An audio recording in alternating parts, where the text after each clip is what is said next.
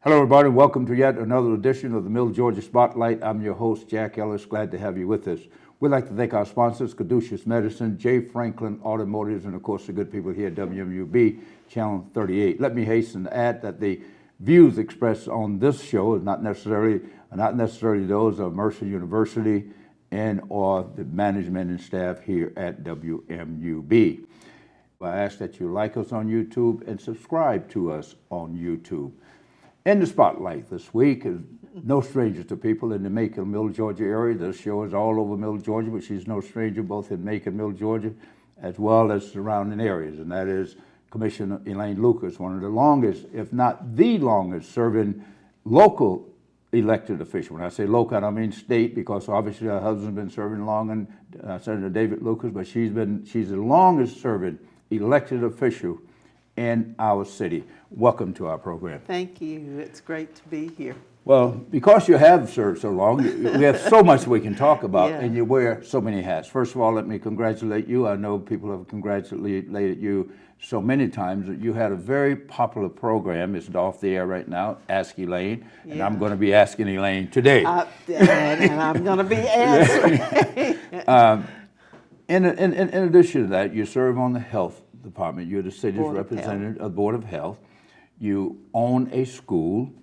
You run a foundation with your late son that you make sure that Al Lucas Scholarship. Al Lucas Scholarship that is taken care of, and your wife and a mother and a grandmother. So that's a lot of things to do, and for anyone, but especially someone who, and you're a retired educator as well. Yeah. So let's start with we talked about the school. I want to talk about you. Most of us know you as an elected official. You're approaching the end of the third term, I guess, Yes, of the second term. Well, actually second. So you'll be the third coming up, which will be Right. term limit. Right.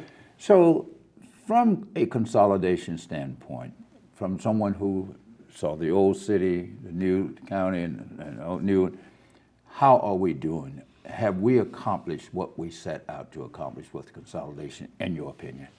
Well, in my opinion, some people accomplished what they set out to accomplish, and their goal was to dilute black voting strength, and that certainly happened.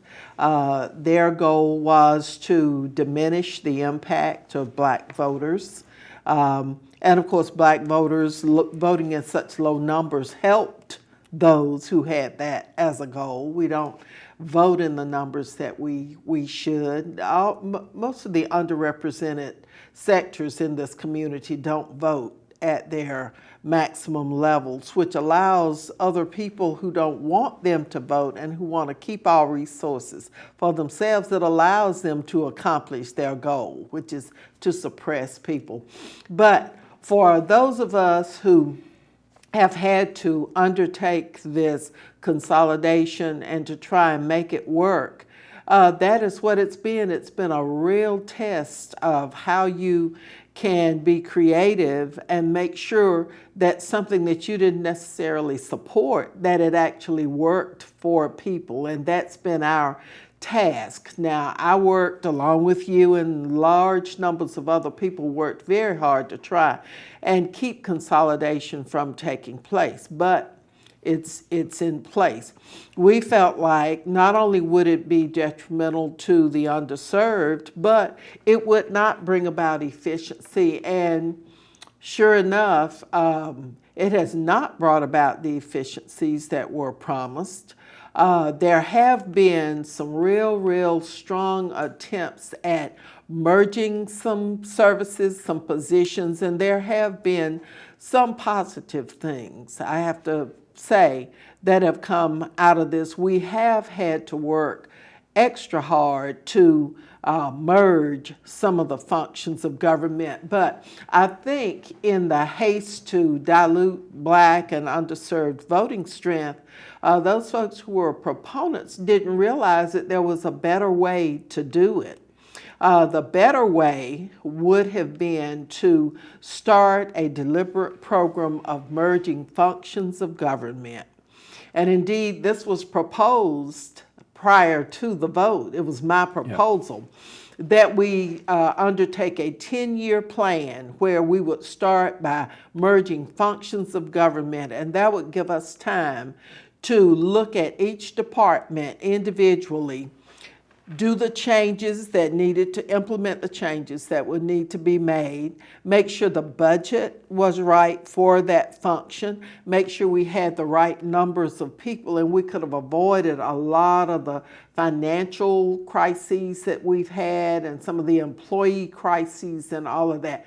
That's me talking. That's my opinion. Yeah. I think that that was a better way to do it. But we've got it now, and people have seen unstable financial condition for Macon-Bibb County. We're just now working to bring that back and right the ship, so to speak.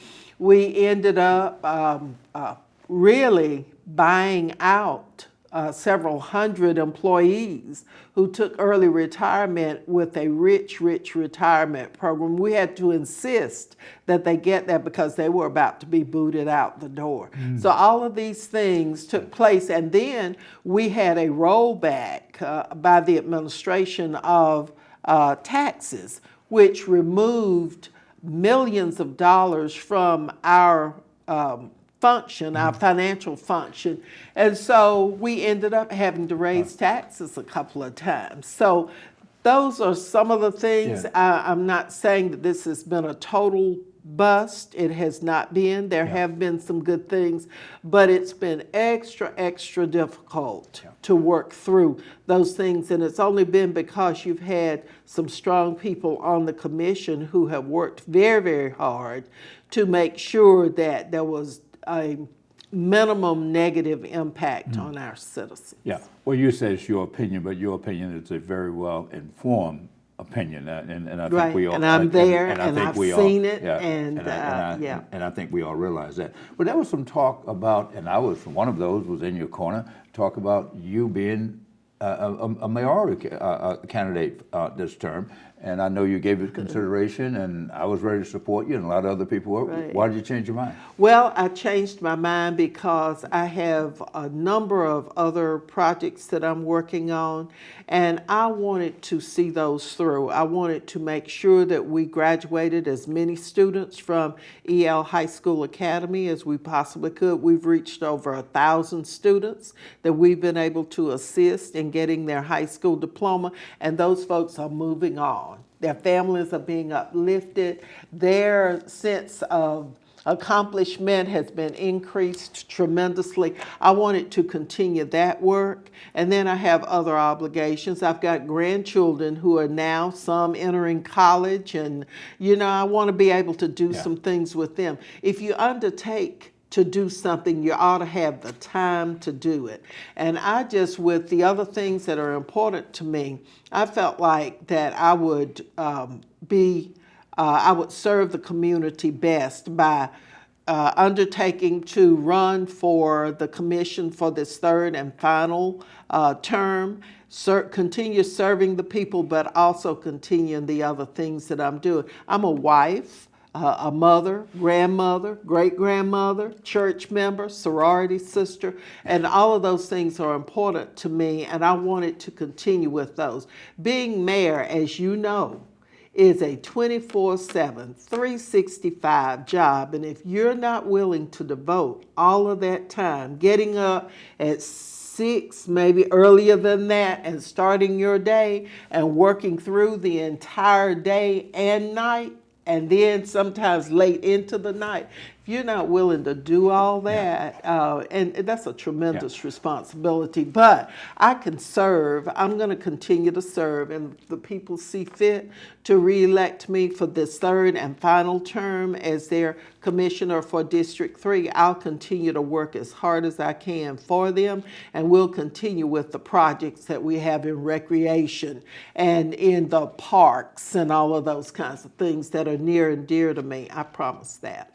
Well, you're still a young woman, so you know. Fairly. Well, remember now, we got guys running for president this time, 79. Oh yeah, So I feel real young. The end of your next term, maybe you cleared up some of these other things. Maybe you give it a take a look at it. But speaking of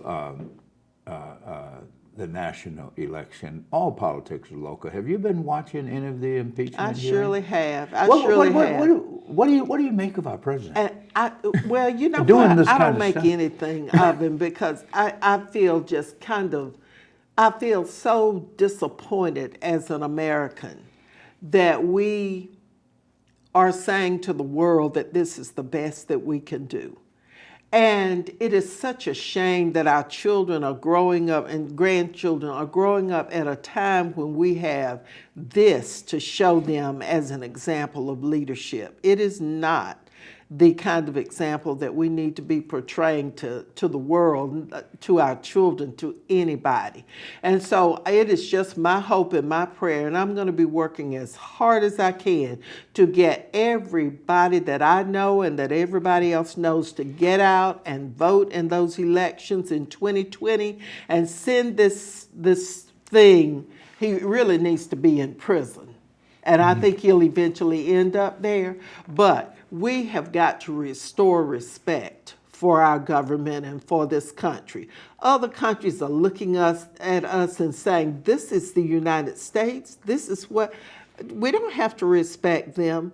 So our whole place in the world has been undermined by someone like this Donald Trump. I am supporting Biden. I have from the very beginning. I think he brings to the table the years of experience and the expertise, and I think he will put in place on day one the kind of people who will reverse a lot of the things that Trump has put in place. Trump is killing the environment. He is killing relationships with other countries. Countries that have died have defended us.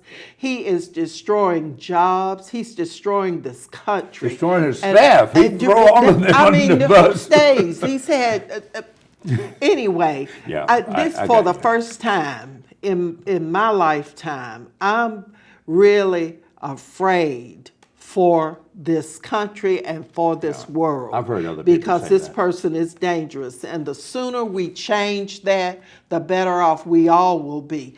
But it matters nothing that I'm saying if people don't get out and vote. Yeah. If they don't go vote and make their choice known, we'll end up with 4 more years. And I don't think the world will survive 4 more years of Donald Trump. We can't. Your pond, if you will, the fishing pond that you fish in is Georgia, primarily. You are suggesting, or you believing, or you think if we work hard enough, Georgia can go blue? Oh, absolutely. In 2020? Absolutely. If all of us get out and do what we're If supposed people to do? go vote. And we have to work, and we are working to restore and to make sure that people are assured that their registrations are valid and in place and they're ready to cast their ballots without interference come next year.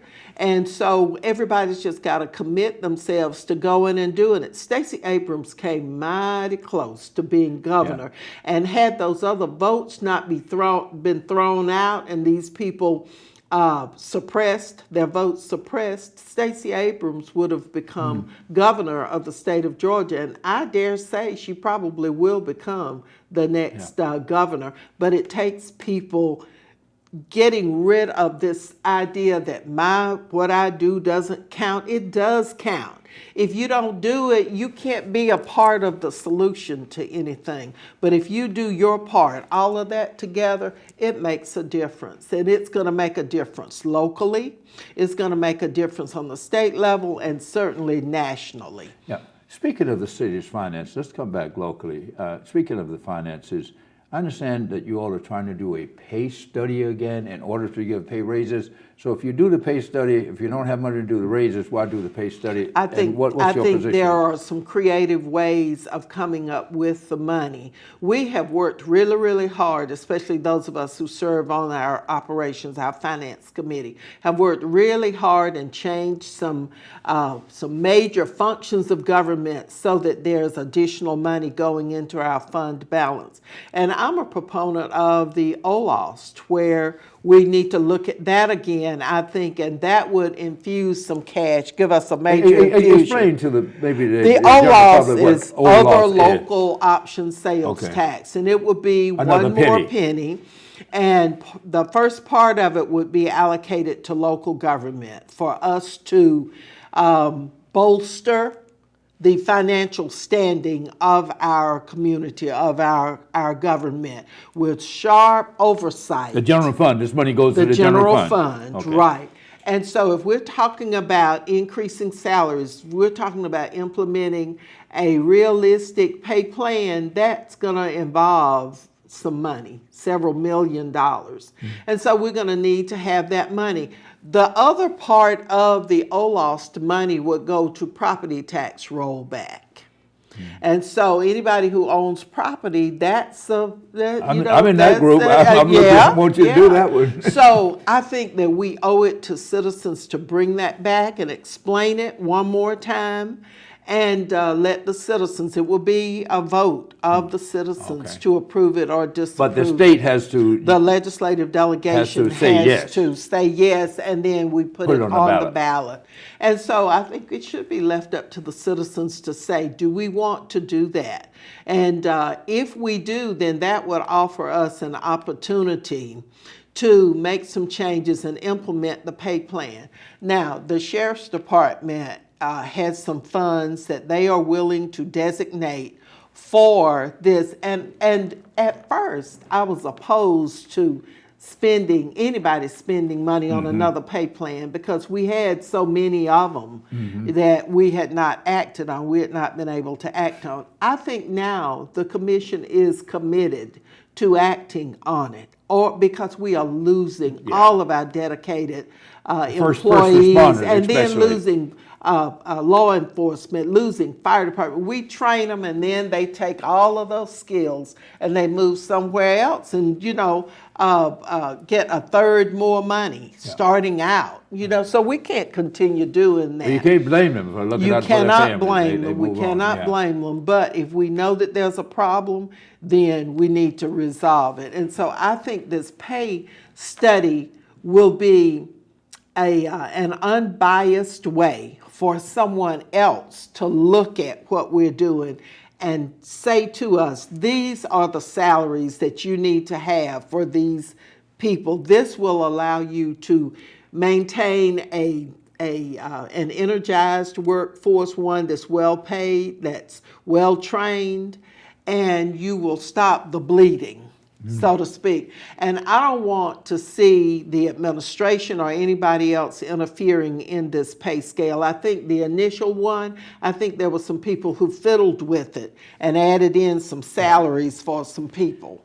I don't want anybody else with their fingers in it. I want an impartial group doing it and telling us what the market says we need to be paying our employees. And then we go with the funding, and we work as hard as we can to come up with the funding plan for it. And I think an OLOST is one of those things, and I think that we will be able to implement some other changes. We're realizing a lot of savings from our health insurance. We've revamped that. We've got new benefits, retirement programs that are in place, and all of these are intended to save money, and they are indeed saving us money, and we're able to add to our bottom line, which is our reserve fund. And I think we will be able to do right by our employees, especially those who are at the lowest rung, who are making the worst salaries. Do you know that we have employees who make $23,000 a year? Family of four, that's below the poverty line. We have a number of employees who are making that. It's ridiculous. It's shameful. It really so is. we have got to do something about that, and I think this will allow us to do it. Yeah. But getting back to voting, obviously, like you said, it would take a vote in order for that to pass. But talking about voting, not necessarily moving away from that, but moving to voting, have you been instructed, or have you had an opportunity to demonstrate the new voting machines that were selected by the state? I have not, but there have been some opportunities. Are you optimistic that this will solve the problem? I think we're going to have to make it work. I frankly wanted us to go to paper ballots, I really did. And with sharp oversight over that. And I think it's the simplest thing for people to do. And I think with that oversight, we could have had our elections. But I wasn't in charge of that, and so the decision was made to go with this new one. I am committed, though, to working with as many people, as many churches and organizations in this community to make sure that we provide opportunities for people to experience that new voting setup and not be intimidated or afraid of it prior to the elections for next year. And I think there are a large number of other people that are going to be doing that because we realize how important this is. Yeah, I think one advantage we have the presidential preference primary before we get to our local elections, so we should be able to get the bugs out hopefully in March and when April comes around. But let's move to another thing. We are approaching the holiday season here. We know Dr. King's birthday is right around the corner. Right. Rosa Parks, the 5th of December, that's when Rosa Parks sat on the bus and all that, and you have been active in both of those endeavors. You have, I think, got the money already approved to do some work. We endorsed, the commission endorsed Urban Development Authority's plan to borrow $900,000 to be used for upgrading Rosa Parks Square. And of course, we will, once that's done, we will depend on the Rosa Parks Commission. I think you sit on that commission to decide which parts of the master plan will be implemented with that initial money. And then it is our hope that there will be other grants that will be awarded to the Rosa Parks Commission through Make and Bid so that we can completely put that plan in operation. But I think a statue, a water feature, those are the minimum kinds of things to go in there. The mother of the civil rights movement, not just any old body we're talking about. I am really excited about the possibility for Rosa Parks. It's the centerpiece. It will form the centerpiece of all that's going on downtown around Government Center. And I'm just happy to be a part of it and happy that I've got a vote and have been able to say, yes, I support this and let's move forward. And let's not forget, because there's a tendency sometimes to forget things. Well, we're not going to let you forget this one. We're going to stay on you. No. And then the King holiday under your administration was when I introduced the legislation to set up the Martin Luther King Commission locally. You signed it and endorsed that work. And so it has been ongoing all these years. And our goal of the Martin Luther King Commission is to celebrate Dr. King 365, to never ever let anybody forget that Dr. King is still alive in our hearts and in our actions. And if we plan things the year round, our children will remember this was a great man who gave his life. You know, we talk a lot about people giving this, that, and the other. But he gave it up. He actually did that, gave his life. Somebody murdered him. They assassinated him because he was working. He was in Memphis leading working with the garbage workers.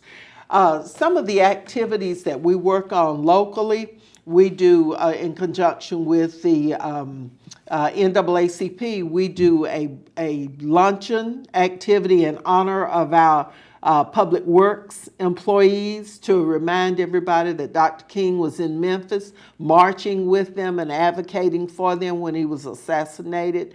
We have gospel programs. The Evangelical Ministers Alliance sponsors all kinds of programs. They do the marches.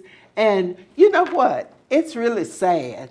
But on Dr. King's holiday, which is in January, everybody gets a day off. It's a federal holiday.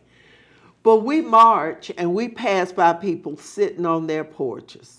Or we pass by people who have nothing. All of these activities are planned and they don't even participate. Wow. And so it saddens me that we have these opportunities to say, I'm in this with you, and we want this community to move forward, and we will never forget people like Rosa Parks and Dr. King and others who gave their lives for our freedom. Yeah. We really need to do better. And Yeah. so I just challenge and encourage everybody to get up and get involved in something. Otherwise, don't come to me complaining, because I really don't want to hear it. I'm going to continue doing my part. You are, others are, but we've got to have the numbers. Yeah, Power shifts when you have the numbers. we do. You know, you can't separate Rosa Parks from Dr. No, you King, can't. really, because, you know, even though Dr. King was there as a young preacher, 26 years old in Montgomery, but we didn't really hear his voice per se until they elected him to lead that Montgomery Right. bus boycott. That's and we have right. to, let's also remember that a lady from your alma mater, Joanne Robertson, who taught at Ballard Hudson, was at Alabama State as a professor. And Joanne Robertson is the teacher that got the students together to print all of those flyers, 35,000 of them overnight. And that is Macon, Georgia. Yeah, right from Macon. So Georgia's we want to make sure that connection. she has a space in that park That's as well, right. and Dr. King That's has right. to be there. Well, It's exciting. yeah, It's I'm exciting excited what about you it. can do, Yeah. but we have to have support. A lot of people say, I can't get stuff done, you know, I'm not here, there. The reason that I'm able to address things and speak for people is because I have folks praying for me. I have people who support me, and folks know that when I speak at the table, that there are all these other people who will be there if I need them to come, and who feel like I feel. And so I want everybody to have that attitude, that what they say matters, and that they need to get involved and let people know that it's time out for promises. It's time now to move. And in this community, as in our state and our nation, everybody's entitled to equal resources. Everybody is a part of this, and everybody deserves to not be overlooked. That's because so you that pay should those be taxes. our attitude. Yeah. That's right. Speaking of moving, we have about 2 minutes left, Abdul. But speaking of moving, you serve on the health board. Now, Right. we had a report in the paper recently that says that African Americans in Bibb County live 20 years less, That's right. than our white counterparts. That's right. What can we do from the health department to educationally? I know people have a responsibility for their own health, Right. take care of it. But what can we do to amplify that, to let people know that they don't, that we can, that can be reversed? Well, they need to access the services that are available, and they need to, when there are appointments that are on a schedule, they need to keep them. And we need to stop this stuff where we're afraid of this or afraid of that. The alternative is even worse if we ignore things that are happening. So I would say, make sure that you and your family access those services that are available. The new health department, which is going to be on Hardeman Avenue, there where Ortho previously the interstate, was. It's going to be a wonderful facility, upgraded and ready for the citizens of Macon-Bibb County to access. Women, men, children, whatever the services. Macon-Bibb taxpayers help foot the bill for that. People forget that they're paying for this. So they need to access those services and help all of us to reverse some of those trends. There is no reason in the world why Black people and underserved people should live a shorter life 20 years, than that's a long someone time. else That's almost a because of generation. where they live. Well, It's speaking ridiculous. of a great move and a great place, the Elaine Lucas Senior Citizens, and I can't end this program without saying congratulations on having your name on that building. Thank you. Well deserved. I know about a good program. Flattered. I am going very on down flattered. there. But people had not paid attention to it, and that whole center was being slid back up I under remember. the table. And one day I said, I'm not voting for another thing until we pull the Senior Citizen Center out and get busy on it. And with the help of you and Herbert and a whole bunch of other people, the senior citizens who were right there with me, we were able to get it back on the table, discussed, funded, And now it is something that we can all be proud of, and we're going to work to add something to Yeah. it Well, each year. So I'm thank just you. grateful to be here. Well, thank you for all your good work, and let me wish you and your family a happy holiday Thank you, season, and keep same up the to good work. you. And you mentioned Herbert. That's Herbert Denard. He's going to be Herbert on my program Denard, next yeah, week. I asked our him to come in. friend. So that's the Herbert we're talking about. We'd like to thank you all for joining us here this week on the Middle Georgia Spotlight, where our host has been Commissioner Elaine Lucas. As you can see, she has a wealth of information to share. She's been out here a long time on the battlefield. We need to join her and make this community a better place. Until next week, I'm your host, Jack Ellis. Goodbye.